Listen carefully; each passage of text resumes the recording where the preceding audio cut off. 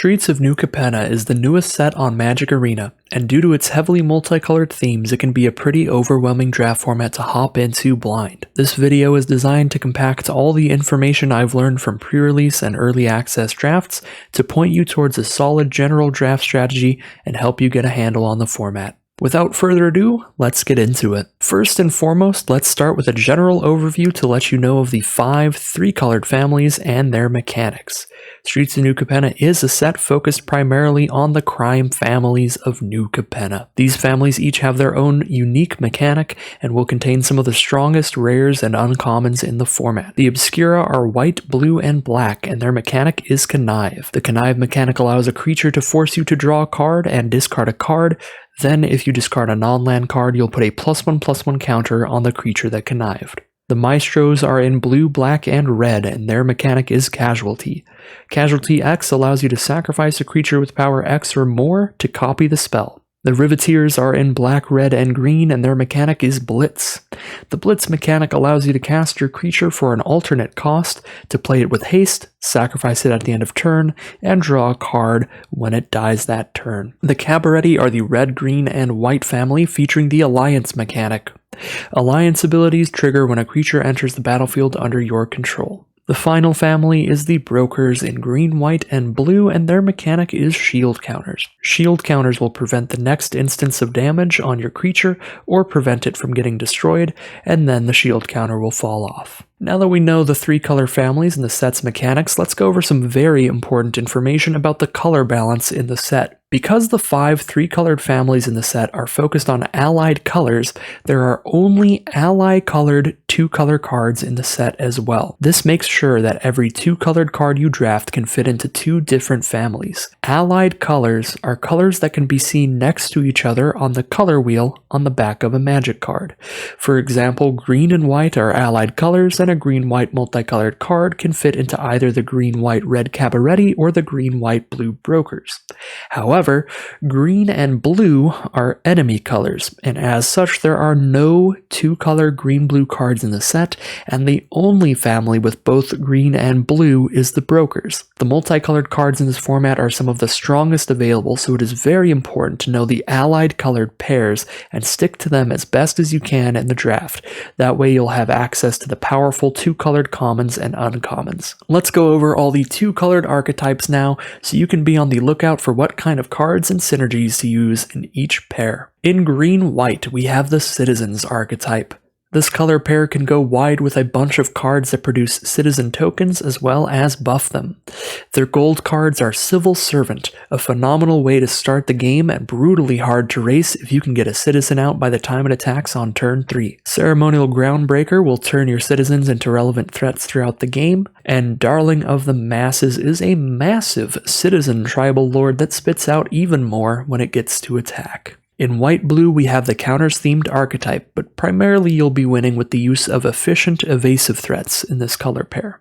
The gold cards are Celestial Regulator, a solid flyer no matter what, and a phenomenal tempo play if you have a counter on the board when it's cast. Exotic Pets, a threatening card providing a guaranteed 2 damage a turn to your opponent, potentially even putting 3 unblockable power on the board, maybe even getting a shield token. And then last is the Metropolis Angel, a fantastic card draw engine if you can get a counter onto an evasive threat to guarantee consistent attacks. In blue-black, we have the Self-Mill archetype that cares about having 5 or more different mana values in your graveyard. The gold cards for this archetype are Snooping Newsy, providing some self-mill and a late-game lifelinker, Syndicate Infiltrator being a chunky flyer, and Tainted Indulgence being solid card draw with or without its ability triggering. The blue-black archetype is the only 2-color pair I haven't seen go off with a great deck yet, so it's my least favorite of the archetypes at this point, but the format is still young and maybe it'll shape up to be decent, but I don't see it coming out as one of the strongest decks. In black-red, we have Rakdos Sacrifice as always. The gold cards are Body Dropper, a card that threatens to get big very fast alongside Casualty and Blitz spells. Fatal Grudge, a great way to use sacrificial fodder like Corrupt Court Official, and Forge Boss, showing off how aggressive this color pair can be, slapping your opponent for some extra damage while you do your thing. Last but not least, we have Green-Red Treasures. Their gold cards are Jetmir's Fixture with a nice threat of activation effect that can turn into a permanent buff with treasures, Security Rocks, which is quite a beefy creature even if you cast it the traditional way, and Stimulus Package, one of the more narrow build-arounds, but it has some powerful synergies. Green-Red Treasures is a bit of an interesting one to me because it's by far the least likely to get played as just 2 colors. With the amount of treasure tokens you have lying around in the color pair, it feels very well suited to be at the core of a 3 or even 4 color deck. With all the archetypes out of the way, let's get into my general draft strategy for Streets of New Capenna. Early in the draft, try to stay pretty open. Just take the best card in each pack. You want to spend the early picks working hard to read the signals of what players are passing you to see what 2-color faction or 3-colored family could be open. It's incredibly powerful to end up in an open family or faction, because with the powerful cards in the set being 2 and 3-colored multicolored cards, it's very difficult for players in the draft pod who aren't in those colors to try to splash them. So if you find an open family, you're going to get absolutely hooked up with a ton of sweet multicolored cards. Once you've decided what colors you're going, I try to keep things to a primarily 2-colored allied pair. Aggressive decks in this format will want to be just 2 colors to nullify the chances of having to spend turns setting up your mana instead of advancing your board state. 2 colors with a splash of a third is generally where I want to be for the average deck in this format. You get to have all of the synergies and consistency of the 2-color archetypes with a bomb or 2 in your family splashed in off some of the great mana fixing. And a full-on 3-color deck is a possibility as well, and if you spent a lot of picks on mana fixing and maybe you have some treasure tokens, then 3 colors with a splash into a 4th or even 5th is a possibility if you're feeling very bold. That being said, there are a couple powerful aggressive strategies, primarily red, black, and green, white, that can wipe the floor with you while you're still setting up, so I don't generally recommend doing that unless you have a large reason to do so. Say you start in Cabaretti and pick up a Soul of Emancipation. So, most drafts are going to be about finding the open multicolored factions in the first pack and then hopping on to your main 2-color allied pair from there. So how do you determine what colors are open? With this format containing so many powerful multicolored cards, these are the easiest and most obvious way to find the open faction. All of the gold 2-color commons are quite solid, so seeing a bunch of Civil Servants or Body Droppers late in pack 1 is a good sign that you're free to hop onto green, white, or red, black, and most multicolored cards in the format are similarly powerful. They're a pretty easy signal that you can start moving in on those colors. You won't always have signals quite that obvious, so generally in any draft format you can find the open colors based on what powerful cards are getting passed to you. It's important to know what your average draft pod will consider to be some of the top commons, even if you disagree. For the final portion of this video, I'll be going over my current top 3 commons in each color, so you can keep an eye out on these as decent signals that those colors are looking open and as solid additions to your deck. In white we have Hold for Ransom, Inspiring Overseer, and Rafine's Informant. Hold for Ransom is white's most efficient removal spell. It's technically a worse version of pacifism, but you get to use this early in the game to either stay aggressive or keep yourself alive, and by the time your opponent can afford that 7 mana to get rid of your Hold for Ransom, the creature you've pacified is probably not that much of a threat. At that time, it'll be turn 7, turn 8, something like that. You'll probably have a decently large board state to block anything on the ground. If it's a big flyer, you are still drawing a card off of the Hold for Ransom when they spend their 7 mana on it, so you can try to dig towards a replacement in the worst case scenario. Inspiring Overseer is a 3 mana 2/1 flyer that gains a life and draws a card when it hits the board. That's just a lot of really good text for that card. A creature that immediately replaces itself with another card off the top, so even if your opponent kills it immediately, you are getting a 2-for-1 since you drew a card off of it and they had to use removal on it, and the blue-white flyers deck has been pretty good in the format, and flying creatures in general are pretty solid value, so Inspiring Overseer has been a top performer. Last but not least, we have Rafine's Informants. Weirdly enough, this is actually least because most of the other white commons aren't nearly as good as Inspiring Overseer and Hold for Ransom. Rafine's Informant, I think, is the closest. This is a 2-mana 2/1, and when it enters the battlefield, you draw a card and discard a card. If you discard a non-land card, it's a 2-mana 3/2. A 2-mana 3/2 is obviously a pretty great stat line for an aggressive deck, so this is great for your green-white aggressive decks. It's just a 3-power creature on 2, and great for your blue-white decks because it can come out with a counter on it, making your cards like Exotic Pets and Metropolis Angel even better. So it just has a lot of good synergy, and it's a decently sturdy creature at the cost. In blue, we have Rooftop Nuisance, Echo Inspector, and Expendable Lackey. Rooftop Nuisance is a really annoying and really powerful tempo play. For 3 mana, you get to tap down one of your opponent's creatures, and it won't untap in their next untap step, and you draw a card off of it. You can also Casualty 1, sacrifice a creature with power 1 or more to copy the spell. If you copy the spell, you'll be tapping 2 things down, and you'll be drawing 2 cards. This is one of the best casualty cards, probably the number 1. It's really easy to trigger the casualty as well, no matter what you're doing in your blue deck. If you're brokers, you're blue, white, green, and if you're maestros, you're blue, black, red. So you either in blue, white, green have access to citizen tokens, those 1/1 tokens, or in blue, black, red you have access to all kinds of expendable fodder like Expendable Lackey and Corrupt Court Official that are really good at sacrificing to the Rooftop Nuisance. So it's really easy to double this up, and this is the kind of effect that's really good early game and really good late game. Early game it helps you get aggressive or helps you survive, and late game this can win the game out of nowhere, tapping their 2 best creatures down for a turn. That means you get to attack past them, and you don't have to worry about a counterattack from their best 2 creatures. Really, really powerful card. Next up is Echo Inspector. Flyers, as I said before, play pretty well in this format, and this is another flyer with just a really good rate and a really good enter the battlefield effect. A 4-mana 2/3 that connives when it hits the board, drawing and discarding a card, potentially being a 4-mana 3/4 flyer. If you can get this to be a 4-mana 3/4 flyer, that is quite the stat line. 3/4 has been a pretty good body in this format in my opinion, and again, the evasive threats, the flying threats have been playing pretty well.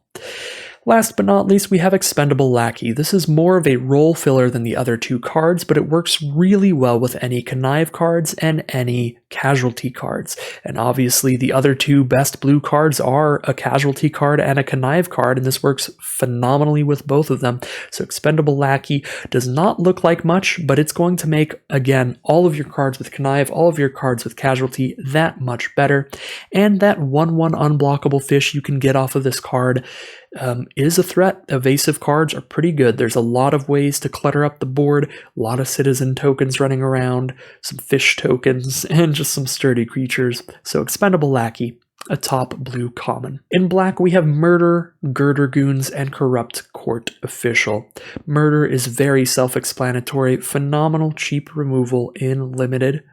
Girder Goons is a little more interesting, but it's just a really good rate no matter what that happens to have a ton of good synergies. For 4 mana, you can blitz this out, attack your opponent with a 4/4, then sacrifice it to draw a card and spit out a 2/2. So worst case scenario, it's kind of like a 4 mana 2/2 that draws you a card, which is not great, but you're getting an attack off with it too, so you're guaranteeing at least you're dealing some damage to your opponent, or maybe you're getting rid of one of their creatures off a chump block. That's all a really good deal, and you have the backup plan. If you just permanently want a 4/4, then you can spend 5 mana and get a 4/4, and whenever that 4/4 dies, you'll get a 2/2 out of it. Girder Goons has played really well. It's obviously a great synergy with cards like the Body Dropper and stuff like that, and yeah, just a really great rate. Last but not least, in black, we have Corrupt Court Official. Virus Beetle strikes again. It has some different synergies this time around than it did last time. Last time it was a lot about ninjutsuing it to recast it. This time it is a lot about sacrificing it. We are just sacrificing this card all over the place because it enters the battlefield, makes your opponent discard a card, so it gets you that 1-for-1 value immediately, even if the 1/1 body doesn't do anything. And then you have so many decent ways to use that 1/1 own body, sacrificing it to your casualty spells like Rooftop Nuisance and Grizzly Sigil, sacrificing it to your body dropper's abilities, all kinds of great ways to use the Corrupt Court Official. In red, we have Strangle, Mayhem Patrol, and Sticky Fingers. Strangle is a 1-mana, 3-damage sorcery in red. Very self-explanatory, another great efficient removal spell. Mayhem Patrol is a really threateningly cheap, aggressive card. It's 2 mana for a 1/2 menace, but every time it attacks, you give a creature +1 power till end of turn, allowing it to attack as a 2/2 menace. And you can even blitz this out to find lethal out of nowhere, which I have already done twice, which is not a lot, but it's weird that it's happened so much after 1 day of playing the format. And then we have Sticky Fingers. I really couldn't decide for the third best red common between like something like Light 'em Up or Sticky Fingers, but Light 'em Up has underperformed quite a bit for me. And Sticky Fingers is just a really weird card I don't really know how to value, but it reads incredibly well, and the one time I've used it, it was pretty crazy. So Sticky Fingers, slap this onto your cheapest creature and just start producing a bunch of treasure tokens. Whenever your opponent does kill your menacing card that's producing treasure tokens, you're even just going to draw a card out of it. You're going to get your card that you spent on Sticky Fingers right back out of it. So it reads really well. It's played really well. It's just a weird card. I am not used to running auras in limited. Last but not least, we're going to be talking about the green commons. We have one of the best commons in the whole format, Jewel Thief in green. A green and 2 for a 3/3. Trample, Vigilance, and you get a treasure token off of it. This card is absurd. 3 mana for 3/3 Trample Vigilance is already an incredible deal at common, and that treasure token is the icing on the cake, letting you ramp into your 6 mana bombs early, letting you hit your off-color cards easier. Jewel Thief is a premium green common, and it is miles above even the best next 2 green commons. Jewel Thief's incredible. The other green commons are all just like okay. Then we have Rox Pummeler. I actually have not personally found Rox Pummeler to be all that useful. I haven't enjoyed it that much, but most of the green commons are just not that spicy outside of the Jewel Thief, and I was looking over some other people's tier lists, and it seems like pretty much everybody else has Rox Pummeler as one of the top 3. They're probably right there. 6 mana for a 6/3 that comes with a shield counter. It has trample as long as it has that counter on it, so the first attack you get off with this, you're going to trample over. Even if they chump block it to get rid of the shield counter, you're going to be hitting for a good amount of damage, so no matter what, hit for an amount of damage, get rid of a 1/1, but then only being 3 toughness is kind of a rough deal from that point on, because then it trades very far down. Your 6-drop trades into a 3-drop from your opponent. That shield counter really is what gives this card a lot of its mileage. And then finally in green we have Prize Fight. Unfortunately, the days of green having great common removal are gone in this format. The best common removal in green is Prize Fight, which is a fight spell, which is not ideal. You're going to need to build around this a bit. It is not a card you can put in every green deck. It has to be a card you put into a deck that has the beefy creatures to fight alongside this. So that is it for my Streets of New Capenna draft guide. I hope you all enjoyed. If you have your own insights and theories on the format, or if you have your own questions on the format, make sure to leave them in the comments section below. This is my first time doing a video like this, so I'm very interested to see how you all feel about it, and if I should get into doing any more of these types of videos, maybe one for each set or something. If you'd like to see me talk my way through some drafts and sealeds of the format, stick around on the YouTube channel. I have my first early access sealed and draft videos up, and I primarily play limited, so I'll have plenty more of Streets of New Capenna sealed and draft playthroughs on the channel in the near future. I will also play some practice drafts over at the Twitch account in the link in the description below on occasion. But as always, I'd like to thank you all very much for watching, and I will see you again soon for some more Magic Arena.